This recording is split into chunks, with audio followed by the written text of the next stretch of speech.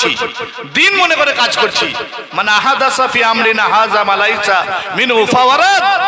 আয়েশা রাদিয়াল্লাহু তাআলা বর্ণনাকারী, পৃথিবীর কোনো মুহাদ্দিস কাটতে পারবে না, পৃথিবীর কোনো মুহাদ্দিসের ক্ষমতা নেই যে হাদিসটাকে উল্টে ধরতে পারে।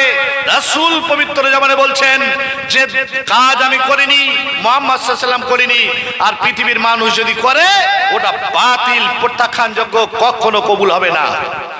ও পৃথিবীর মানুষ শোনো, রাসূল যে দিন দিয়ে যায়নি, আজকে আমরা সেই দিনটাকে যদি দিন মনে করি, কোশ্চিনকালে একটা নেকি হবে না। সূরা ফুরকান, সূরা আল্লাহ রাব্বুল আলামিন বলছেন ওয়াকাদিমনা ইলা মা আমিলু মিন আমালিন ফাজআলনাহু হাবাম মানসুরা। আমরা যে আমলগুলো করেছি, যে আমলটা রাসূল দিয়ে যায়নি, সেটা হাসরের ময়দানে আল্লাহ সুবহানাহু ওয়া তাআলা সেগুলো দেখবেন। দেখার পরে আল্লাহ সুবহানাহু ওয়া তাআলা বলছেন হাবাম মানসুরা, সেগুলো ধুলিকণায় পরিণত হয়ে যাবে। কোন আমল? যে আমলে রাসূলের ইসলাম নেই। ও মুসলমান, তুমি হুজুরের দোহাই দিয়ে, পীরের দোহাই দিয়ে, আলেম ওলামার দোহাই দিয়ে তুমি যেটা দিন মনে করছো, কিয়ামত পর্যন্ত দিন হতে পারে না। মুহাম্মদ সাল্লাল্লাহু আলাইহি ওয়াসাল্লাম যেটা দিয়েছে সেটা দিন। মুহাম্মদ সাল্লাল্লাহু আলাইহি বিমান উসিলা মুহাম্মদ ওয়াল হাক্কু মির রাব্বিহিম। পৃথিবীর ক্ষমতা থাকতে পারে, পৃথিবীর আলেম ওলামার জোর থাকতে পারে, পৃথিবীর আর কিছু শক্তি থাকতে পারে, শক্তিতে আপনি ঠেলে নিয়ে যেতে পারেন, কিন্তু দিন হিসাবে আপনার কবুল করা হবে না। এটা আল্লাহ সুবহানাহু ওয়া তাআলার ওয়াদা। অতএব বিমান উসিলা মুহাম্মদ ওয়াল হাক্কু মির রাব্বিহিম, মুহাম্মদ সাল্লাল্লাহু আলাইহি ওয়াসাল্লাম যেটা দিয়েছেন ওটা দিন। মুহাম্মদ সাল্লাল্লাহু আলাইহি ওয়াসাল্লামের কাছে যেটা এসেছে ওটা দিন। অতএব আমরা যদি সেটা পরিবর্তন করতে হয়, মুহাম্মদ সাল্লাল্লাহু আলাইহি ওয়াসাল্লামকে আবার আসতে হবে দুনিয়ায়, তার উপরে জিবরাইল আসবে, তারপরে আপনার সবরেসানি হবে, তারপরে আপনার দোয়া, জানাজার পরে দোয়া হবে। কোশ্চিন কালেও এর দিন হতে পারে না, কোশ্চিন কালেও এটা শরিয়াত হতে পারে না। যেটা করছেন এটা গায়ের শক্তিতে, গায়ের শক্তিতে আপনার চলে যেতে পারে, কিন্তু মুহাম্মদ সাল্লাল্লাহু আলাইহি ওয়াসাল্লাম করেনি, জেনে রাখবেন। দুইটি কথা বলছি। একটি হচ্ছে আল্লাহ রাব্বুল আলামিন শিরিক করতে নিষেধ করেছেন। শিরিক করলে মানুষ গোমরা হয়ে যায়, বিদআত করলে মানুষ গোমরা হয়ে যায়। আল্লাহ রাব্বুল আলামিন বলেছে ফাকাদু যাল্লা জালালাম বাইদা, যারা শিরিক করে তারা গোমরা হয়ে যায়। আরে শিরিককারী শিরিক করতে করতে যত বড় হুজুরি হোক, যখন শিরিক করবে, মাজারে সিজদা করবে, আর শিরিক যার মধ্যে ঢুকে যাবে, সে ব্যক্তি এমনি গোমরা হয়ে যাবে, এমনি ম্যাড হয়ে যাবে, শরীয়তের দিক থেকে সে একেবারে ম্যাড। তো এই যে ব্যক্তি শিরিক করবে, শিরিক করলে আল্লাহকে অপমান করা হয়। শিরিক করলে আমি পূর্বে যত আমল করেছি, যত নেকি আমার জীবনে আছে, সমস্ত নেকি ডিলিট হয়ে যায়। মাথায় রাখবেন, আশহাদু আল্লা ইলাহা ইল্লাল্লাহ আমরা বলছি, কি বলছি? আশহাদু আল্লা ইলাহা ইল্লাল্লাহ। আমরা সাক্ষ্য দিচ্ছি আল্লাহ রাব্বুল আলামিন ব্যতি রেখে সত্য কোনো মাবুদ নেই, এটা সাক্ষ্য দিয়েছি। জেনে রাখবেন, শিরিক যখন বান্দার দ্বারাই হবে, যত বড় বিদ্বান, যত বড় হুজুর, যত বড় আলেম, তার দ্বারা যদি শিরিক হয়, তাহলে বাক্য কেটে গেল। আশহাদু আল্লা ইলাহা ইল্লাল্লাহ কেটে গেল, ওয়াশহাদু আন্না মুহাম্মাদান আবদুহু ওয়া রাসূলুহু, পরের বাক্য আমরা যে সাক্ষ্য প্রদান করেছি মুহাম্মদ সাল্লাল্লাহু আলাইহি সাল্লাম আল্লাহর বান্দা বা রাসূল, এটা বিদআত করলে এই বাক্যটা কেটে গেল। পৃথিবীর কোনো মুহাদ্দিস উল্টে ধরার ক্ষমতা রাখে না। যে কথা বলছি কিয়ামত পর্যন্ত এই কথা উল্টে ধরার ক্ষমতা কারণ নেই। এই যে দুটি কথা বললাম, শিরিক করলে আপনার কলেমার প্রথম বাক্য কেটে যায়, বিদআত করলে কালেমার দ্বিতীয় বাক্য কেটে যায়, কেটেই যায়। আপনি যত বড়ই মুহাদ্দিস হন, এটা কেটে যাবেই। বিদআত করলে আপনার রাসূলকে অপমান করা হলো, বিদআত করলে রাসূলকে অপমান করে জান্নাতে যাবেন, কোশ্চিন কালে হতে পারে না। আপনি বলবেন হুজুররা কি ভুল করছে? অবশ্যই আবু বকরের মতো ব্যক্তি, যে মুহাম্মদ সাল্লাল্লাহু আলাইহি ওয়াসাল্লাম নবী রাসূলের পরের যে ব্যক্তি, পৃথিবীর শ্রেষ্ঠ মানব, এই মহামানবের ভুল হয়েছে। হযরত উমরের মতো ব্যক্তি, তার ভুল হয়েছে। হযরত উসমানের মতো ব্যক্তি, তার ভুল হয়েছে। হযরত আলীর মতো ব্যক্তি, তার ভুল হয়েছে। আপনি বলছেন হুজুররা করেছে তাই করছি, কখনো নয়। পৃথিবীর সবচেয়ে বড় বিদ্বান ইমাম আবু হানিফা রাহিমাহুল্লাহ বলছেন যে শোনো, ইজা সাহাল হাদিস ফাওয়া মাযহাবি, যেটা সহিহ হাদিস ওটাই আমার মাযহাব। আর তুমি কি বলছো? তুমি বলছো আমার সিলসিলায় নেই, আমার হুজুররা করেনি। কোশ্চিন কালে হতে পারে না। ইমাম আবু হানিফার নাম দিয়ে, দোহাই দিয়ে আপনি যে নামাজের বাড়িতে দাঁড়িয়ে দোয়া নিয়ত পড়ছেন, রাসূল করেনি, আব্দুল কাদের জিলানী করেনি, ইমাম আবু হানিফা করেনি। কোশ্চিন কালে ওটা এটা জায়েজ হতে পারে না, রাসূল সাল্লাল্লাহু আলাইহি সাল্লাম থেকে প্রমাণিত নয়, পৃথিবীর কোনো জয়ীফ হাদিসে নেই, পৃথিবীর কোনো ফিকার হাদিসে নেই, আপনি করেই যাচ্ছেন। কোন নিয়ত মুখে পড়তে পারবেন না, নিয়ত মনে মনে করতে হয়, নিয়ত মনে মনে করতে হয়। নাওয়া নাওয়া নাওয়া মানে বীজ, নাওয়া মানে বীজ, ইন্নামাল আমালু বিন্নিয়াত, নিয়ত করতে হবে এখানে, মুখে পড়বেন রাসূল করেনি, এই দিন আমাদের নয়, আপনি করছেন গায়ের শক্তিতে, এটা আপনি এমনি করে যাচ্ছেন। অতএব সাবধান হই। বিদআত কাকে বলে চিনি? রাসূল যে দিন দিয়ে যায়নি, রাসূলের শরীয়ত আমাদের পছন্দ হয়নি, এইরকম কাজকে যেটা রাসূল আমাদের কাছে করেনি, দিয়ে যায়নি, এইরকম কাজটা আমরা যদি করি সেটা বিদআত। আর যেটা আল্লাহর কোনো ক্ষমতা কোনো জায়গায় হ্রাস পায়, কোনো জায়গায় ছোট হয়, এইরকম কোনো কাজ আমাদের দ্বারাই হলে সেটা শিরিক হয়। শিরিক করলে কলেমার প্রথম অংশ কাটা যায়। এই কারণে আল্লাহ সুবহানাহু ওয়া তাআলা বলছেন ফালাম আন্নাহু লা ইলাহা ইল্লাল্লাহ। আল্লাহ সুবহানাহু ওয়া তাআলা সূরা মুহাম্মাদের 19 নম্বর আয়াতে বলছেন তোমরা জানো, জ্ঞান অর্জন করো। কিসের? একত্বের জ্ঞান, তাওহীদের জ্ঞান। তাওহীদের জ্ঞান অর্জন করতে হবে। দুনিয়াতে যে কদিন বাঁচবেন তাওহীদের একত্ববাদের জ্ঞান অর্জন করবেন। আল্লাহ সুবহানাহু ওয়া তাআলার জ্ঞান আপনার মধ্যে যখন আসবে, তাওহীদের জ্ঞান যখন আসবে, তখন আপনার দ্বারা শিরিক হবে না, আর বিদআত আর হবে না। আপনি যখনই কোনো শিরিক বিদআত দেখবেন, আপনার মনের মধ্যে বেল বেজে উঠবে। আল্লাহ রাব্বুল আলামিনের ওয়াদা। অতএব আমরা যে কদিন বাঁচবো দুনিয়াতে শিরিক করব না, বিদআত করব না। যেখানেই বিদআত হবে মুহাম্মদ সাল্লাল্লাহু আলাইহি ওয়াসাল্লাম করেছে কিনা দেখবো। ইমাম শাফি, ইমাম সুফিয়ান সাউরি, এখান থেকে 700 বছর পূর্বে ইমাম আবু দাউদ রাহিমাহুল্লাহ বলছে, যারা বলে আহলে হাদিসের 30 বছর আগে জন্ম, যারা বলে ব্রিটিশদের আমলে জন্ম, যারা বলে ব্রিটিশদের দালালেরা, তাদেরকে বলছে শুনুন, অনলাইনের মাধ্যমে, ক্যামেরার মাধ্যমে তাদের কাছে কথা পৌঁছায়। ইমাম আবু দাউদ 700 বছর আগে বলছে পৃথিবীতে আহলুল হাদিস যারা, তারা যদি আহলে সুন্নাত ওয়াল জামাত, যেটা রাসূল নাজাত প্রাপ্ত দল বলেছেন, সেই দলটা যদি এই আহলুল হাদিসরা না হয়, তাহলে কোন দলটা আছে আমার জানা নেই। ইমাম আবু দাউদ রাহিমাহুল্লাহ বলছেন। আপনি আমার আত্মীয় আপনাকে বলছে শুনুন, ইমাম সুফিয়ান সাউরি বলছে আসমানের পাহারাদার আল্লাহ সুবহানাহু ওয়া তাআলা ফেরেশতাদেরকে রেখেছেন, এই জমিনের কোরআন হাদিসের ধারক বাহক হিসেবে আহলুল হাদিসদেরকে আল্লাহ সুবহানাহু ওয়া তাআলা রেখেছেন। ইমাম শাফি রাহিমাহুল্লাহ বলছেন যে আমি যখন কোন আহলে হাদিসকে দেখি, তখন আমি মনে হয় আমি রাসূলের কোন সাহাবীকে দেখছি। ইমাম শাফি রাহিমাহুল্লাহ বলছেন যখন আমি আহলুল হাদিসদেরকে দেখি, তখন আমার মনে হয় কোরআন হাদিসকে দেখছি। তো আপনি কোরআন হাদিসের অনুসারে এই কথাটা বলতে পারবেন না? আপনি কোরআন হাদিসের অনুসারে এই কথাটা বলতে পারবেন না? হাজী সাহেব, আপনি মদিনা থেকে খেজুর নিয়ে আসলেন, পানি নিয়ে আসলেন, ভালো ভালো সুন্দর খেজুর নিয়ে আসলেন, মদিনার ইসলামটা নিয়ে আসতে পারলেন না? মদিনার দিনটা আপনার ভালো লাগলো না? অতএব আপনাকে তওবা করে ফিরে আসতে হবে। রাসূলের কাছে, আল্লাহর কাছে বেশি বেশি করে দোয়া করতে হবে যে আল্লাহ আমাকে সঠিক দিনটা দেখাও, সঠিক দিন কোনটি সেটি আমাকে জানাও, সঠিক দিনের উপরে আমাকে ইস্তেকামত রাখো। আমি আপনাদেরকে অনুরোধ করব, সময় না থাকার কারণে আমি বক্তব্য লম্বা করতে পারছি না, শুধুমাত্র আপনাদেরকে বলি যে আমরা জীবনে যে কদিন বাঁচবো, ফাআলাম আন্নাহু লা ইলাহা ইল্লাল্লাহ। আল্লাহ সুবহানাহু ওয়া তাআলা বলছেন তোমরা একত্বের, তাওহীদের এবং লা ইলাহা ইল্লাল্লাহর জ্ঞান অর্জন করো। এই জ্ঞান আমাদের মধ্যে আনতে হবে। যখন লা ইলাহা ইল্লাল্লাহর জ্ঞান চলে আসবে, তখন আমাদের মধ্যে থেকে শিরিক, বিদআত, খারাপি, নোংরামি ও ইসলামিক যত রকমের কালচার আছে সব আস্তে আস্তে বেরিয়ে পড়বে, সব দূর হয়ে যাবে। আজকে আমাদের সমাজের মধ্যে এত রাহাজানি, আজকে আমাদের এখানে যত মানুষ এসেছি, অনেক মানুষের কাছে তাবিজ আছে, বলেন যে কোরআন হাদিস লেখা আছে।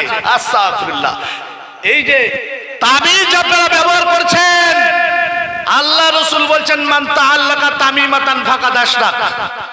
আল্লাহ রাসূল বলছেন পবিত্র জামানে যে ব্যক্তি শরীরে কিছু ঝোলালো তো শিরিক করলো। আপনি উল্টে ধরেন দেখি, আপনার যে হুজুর তাবিজ দিচ্ছে তাকে বলুন যে এটা হাদিস না হাদিস না। যদি হাদিস না হয় আমরাও তওবা করে নেব, আমরাও ব্যবহার করব। এটা অনেক লাভজনক ব্যবসা, এটা অনেক লাভ আছে। তো আমরা সেই তাবিজের ব্যবসা করি, আমাদের ছেলেদের গলায় সে তাবিজ ঝুলছে আজও। আজকে থেকে তওবা করে নেন। তাবিজ ভালো জিনিস, মানুষ মারা গেলে আগে তাবিজটা কাটে। আরে কবরে দেওয়ার সময় তাবিজ সহ দেন না, তখন দিচ্ছেন না কেন? অবশ্যই এটা হারাম। রাসূলের কাছে সাহাবীরা বায়াত হচ্ছে, আল্লাহ রাসূলকে মুসাফা করছেন। 9 জন সাহাবীকে আল্লাহ রাসূল মুসাফা করলেন, একজনকে করলেন না। আল্লাহ রাসূল বললেন তোমার শরীরে তাবিজ আছে। সঙ্গে সঙ্গে সে ছিঁড়ে খুলে ফেলে দিল। রাসূল তাকে তার সঙ্গে মুসাফা করলেন। আল্লাহ রাসূলের সঙ্গে বায়াত হতে এসেছেন, হাতে বালা পড়া, আল্লাহ রাসূল বায়াত গ্রহণ করলেন না, মুসাফা করলেন না। আপনার জ্ঞান হয় না? আপনি রাসূল যেখানে বলছেন না, আপনার হুজুর যেখানে হ্যাঁ বলছে, আপনি বুঝতে পারছেন না কত বড় জালিয়াত, কত বড় ভণ্ড। আমার এখানে পেট ভরবে, এখানে পকেট ভরবে, সেখানে আপনি যাচ্ছেন হুজুরের কাছে। আস্তাগফিরুল্লাহ। ছেলেদেরকে সাবধান করুন। মা, শেষ কথা বলি, আপনার মতো একজন সুমাইয়া রাদিয়াল্লাহু তাআলা না, সে ইসলাম গ্রহণ করেছে। শেখ তো হযরত সুমাইয়া রাদিয়াল্লাহু তাআলা না, তিনি ইসলাম গ্রহণ করেছেন। ইসলাম ঈমান আনার পরে তার স্বামীকে একদিকে বাঁধা হয়েছে ইয়াসের, একদিকে তার সন্তান আম্মার।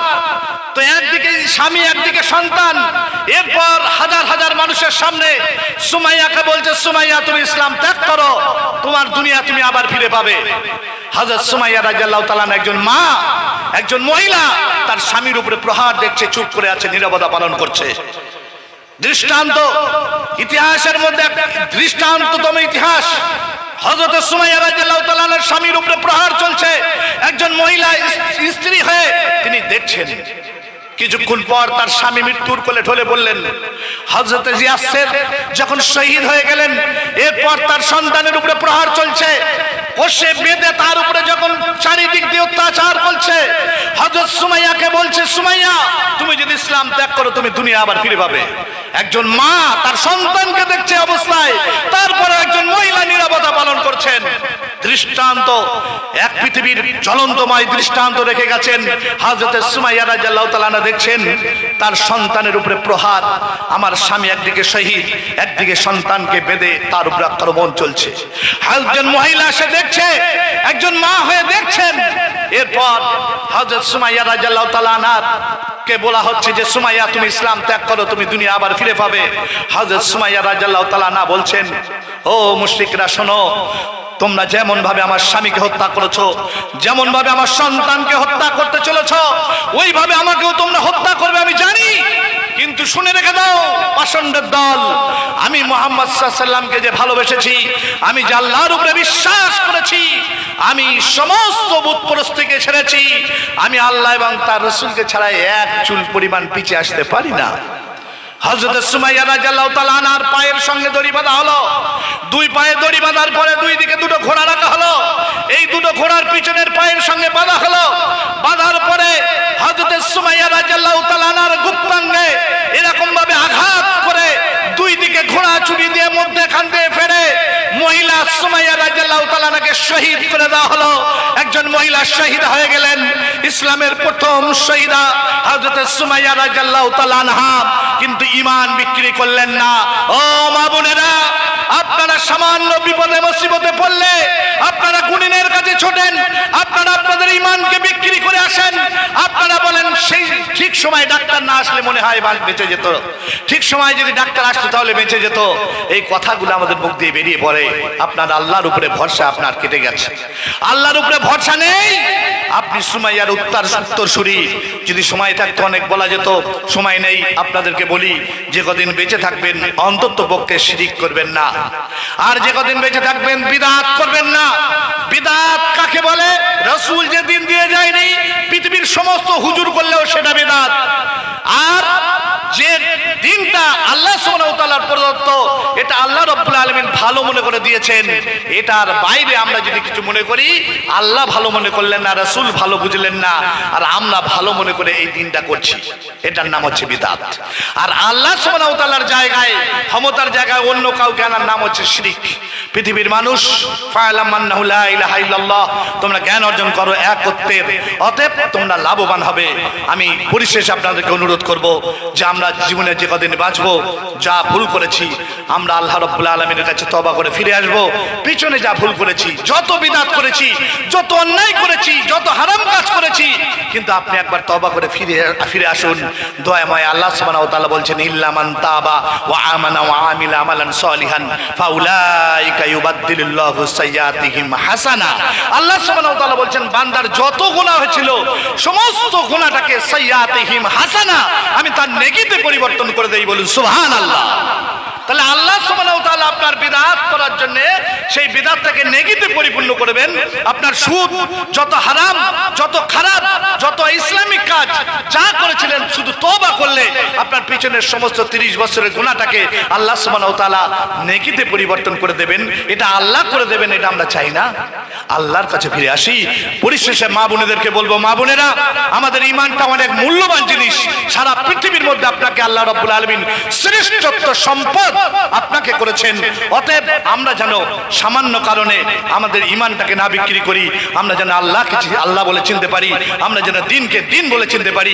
পরিশেষে আমরা বলি যে আজকে যেখানে দাঁড়িয়ে আমাদের কাজী শহীদ সাহেব যে প্রোগ্রামটা সাজিয়েছে, আমাদের ভাই আব্দুল মালিক সাহেব, তার জাকিকার জন্য তার সন্তানকে আল্লাহ রাব্বুল আলামিন সুন্দর জীবন যাপন করার তৌফিক এনায়েত করুন। বলুন আল্লাহুম্মা আমিন। আমরা যারা এখানে বসে আছি প্রত্যেককে আল্লাহ রাব্বুল আলামিন আমাদেরকে ক্ষমা করুন। আল্লাহুম্মা আমিন। আল্লাহ তার শহীদ কাজী সাহেবের আব্বা আম্মা যারা অন্ধকার গহীনে চলে গেছে, তাদেরকে তুমি ইল্লিনে জায়গা দান করো। আল্লাহুম্মা আমিন। আল্লাহ তাদেরকে তুমি ক্ষমা করে দাও। আল্লাহুম্মা আমিন। আল্লাহ আমরা যারা এখানে এসেছি প্রত্যেককে তুমি ক্ষমা করে দিয়ে আমাদের আত্মীয় স্বজন যারা অন্ধকার কবরে চলে গেছে প্রত্যেককে তুমি ক্ষমা করে দিয়ে ইল্লিনে জায়গা দান করো। আল্লাহুম্মা আমিন। ওয়া মা আলাইনা ইল্লাল বালাগ। আসসালামু আলাইকুম ওয়া রাহমাতুল্লাহি ওয়া বারাকাতুহু। শেষ আলোচক শেখ আব্দুল হামিদ ফাইজি। আপনারা জানেন গোটা রাজ্যের মধ্যে এখন শ্রেষ্ঠ মাদ্রাসা ঘোড়ারা সালাফিয়া মাদ্রাসা। 1000-এরও বেশি ছাত্র বর্তমান মদিনা ইউনিভার্সিটির শাখা ঘোড়ারা সালাফিয়া মাদ্রাসা। আমাদের কয়েকজন 4-5 জন মাদানী ওই মাদ্রাসাতে আছেন। মাদানী মানে বুঝতে পেরেছেন, মদিনা ইউনিভার্সিটিতে পাস করা।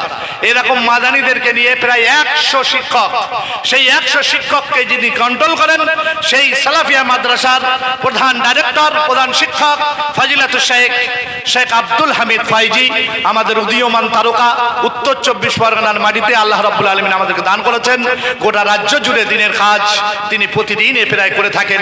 আপনারা অনলাইন সার্চ করবেন মাদ্রাসা সালাফিয়া ঘোড়ারাস, এটা দেখবেন প্রতিদিনই কোনো জায়গায় না কোনো জায়গায় প্রোগ্রাম চলছে। এখন আপনাদেরকে অনুরোধ করবো, মা বোনেরা আপনারা বাইরে বার হবেন না, একজন ওখানে দাঁড়িয়ে যান। মা বোনেদেরকে বলছে আপনারা ওখান থেকে বার হবেন না, ওখানে দাঁড়িয়ে যান। আর আপনারা যদি পারেন সামনের দিকে জায়গা আছে, এদিকে জায়গা আছে, এদিকে চলে আসেন। পিছনে যারা দাঁড়িয়ে আছেন এদিকে চলে আসেন, অনেক লোক আসছে, আপনারা এইদিকে চলে আসেন। এখন আমাদের শেষ আলোচক আজকের আমাদের প্রধান আকর্ষণ ফজিলাতুল শেখ আব্দুল হামিদ ফাইজি শাইখুল হাদিস, উনি আপনাদের সামনে আলোচনা রাখছেন। শেখ আব্দুল হামিদ ফাইজি।